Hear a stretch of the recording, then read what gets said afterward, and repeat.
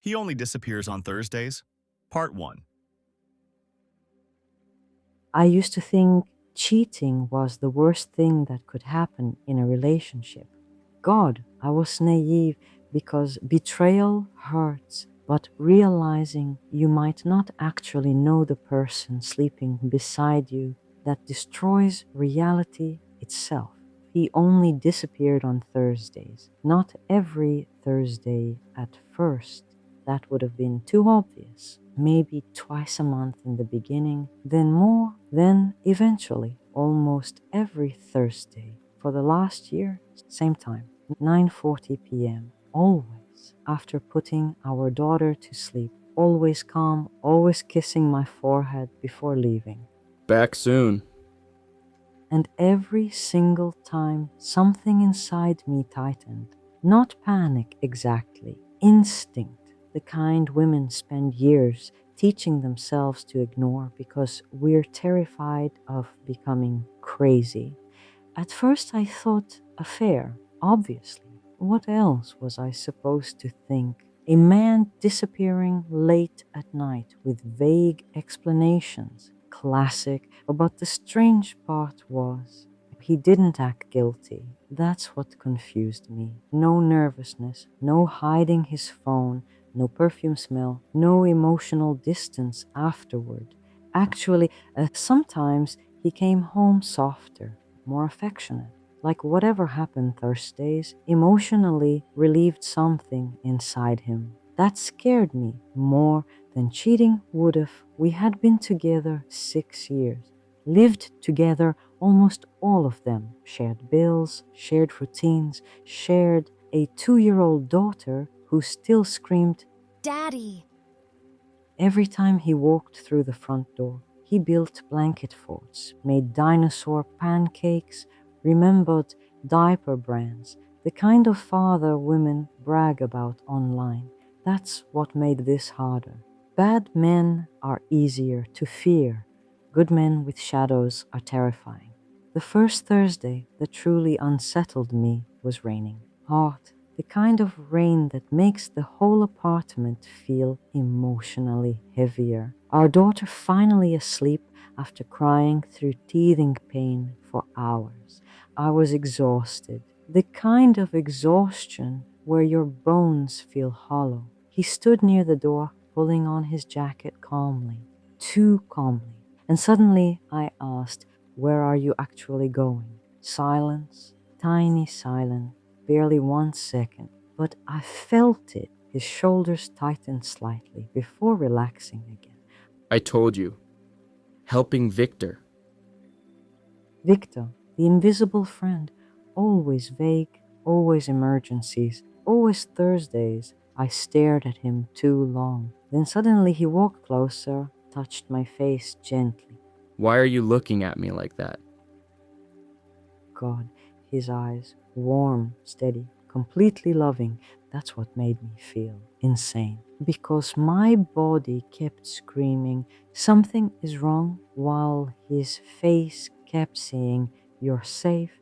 After he left, I stood in the kitchen, staring at the clock.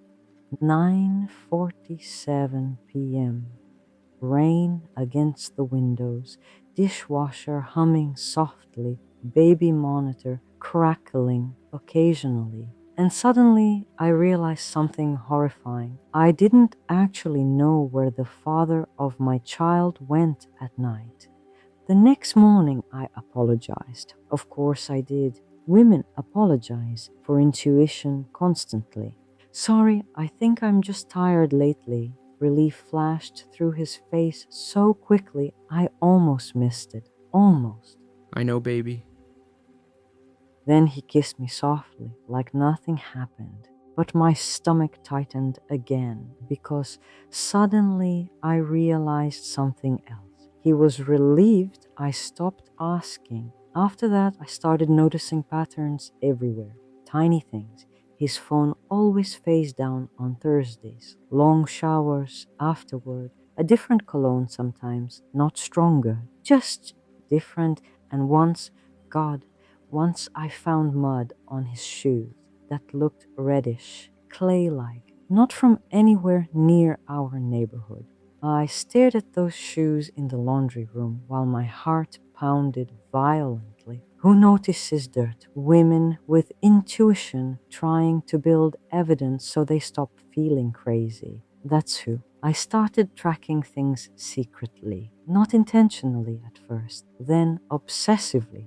Thursday departures, return times, mood changes, phone behavior, excuses, patterns, always patterns. One Thursday he returned at 2:13 a.m. I pretended to be asleep. He stood beside the bed too long, just standing there, breathing heavily, and suddenly I smelled smoke, not cigarettes, something darker, burned, metallic almost. Fear moved slowly through my chest. Then his hand touched my hair gently, and he whispered, I'm sorry. my eyes opened instantly. What? But he already smiled softly. Nothing. Go back to sleep.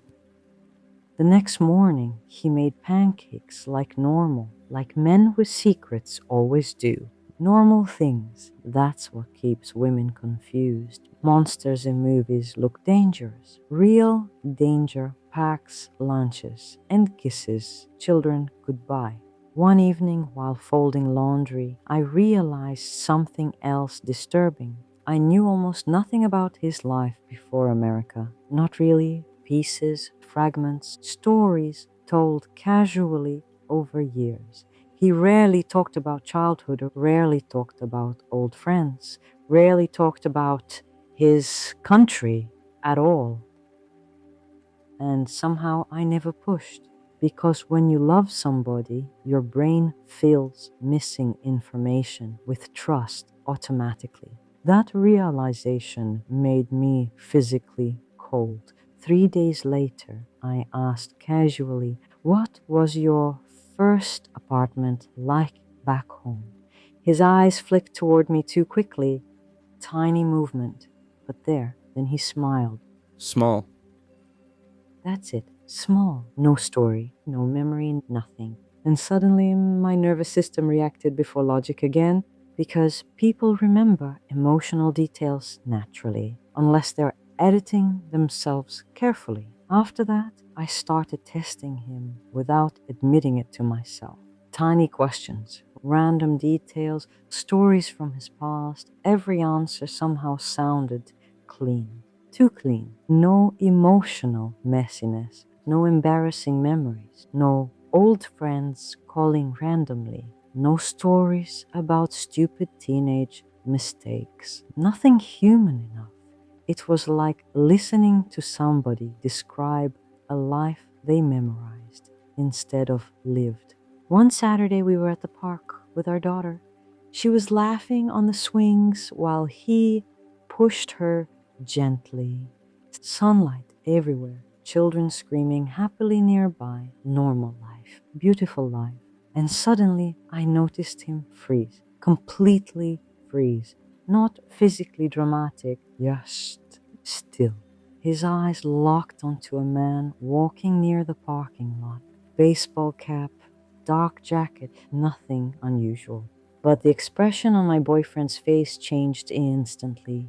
Sharp, alert, cold, like his entire body became somebody else for half a second.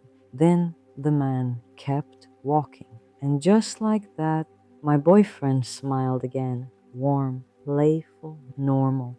Higher, princess? Our daughter squealed, laughing, but my stomach stayed tight the rest of the day because people don't react like that for no reason. That night, while brushing his teeth, he suddenly asked. Did somebody come by the apartment today? The question hit me strangely. No, why? He shrugged casually, too casually. Thought I saw something moved. Something moved. Who notices things like that? I laughed nervously. You're paranoid. But he didn't laugh back immediately. For 1 second, his eyes stayed fixed on mine through the bathroom mirror, studying me. Then finally, Maybe. I barely slept that night. The next few Thursdays became unbearable emotionally. Every time he left, my brain built different stories. Another woman, secret gambling, drug problem, double life, something, at least something understandable. Because uncertainty is psychologically worse than betrayal. One night I almost followed him, actually grabbed my keys, then stopped myself. Because part of me was terrified of becoming the jealous, unstable woman men joke about. Another part of me was terrified of discovering I was right. Then something happened that made everything worse. Thursday night, 11:26 p.m. I texted him, "When are you coming home?" No response, normal, but then suddenly his location appeared briefly on our shared app, industrial area near the river. My chest tightened instantly. Why would he be there? There was nothing there except warehouses and old shipping buildings. The location disappeared again after 15 seconds, but it was enough. I stared at the screen while my imagination destroyed me. Affair suddenly didn't even fit anymore. What woman meets somebody in abandoned industrial areas at midnight? The next morning he came home exhausted. Actually exhausted. Not guilty, not distracted, just tired. Like something heavy lived inside him constantly. I watched him making coffee silently, and suddenly I noticed scars near his shoulder when his shirt moved slightly. Long, thin, white marks. Old. I had never seen them before. How do you live beside someone 6 years and suddenly notice scars? Because once suspicion enters love, you start seeing differently. That afternoon, while cleaning the hallway closet, I found myself staring at the top shelf too long. Winter blankets shoved messily into the corner. Unlike him, he was obsessively organized, everything folded perfectly always. But those blankets looked rushed, thrown there. My heart started beating harder immediately. Why, I still don't know. Intuition is strange like that.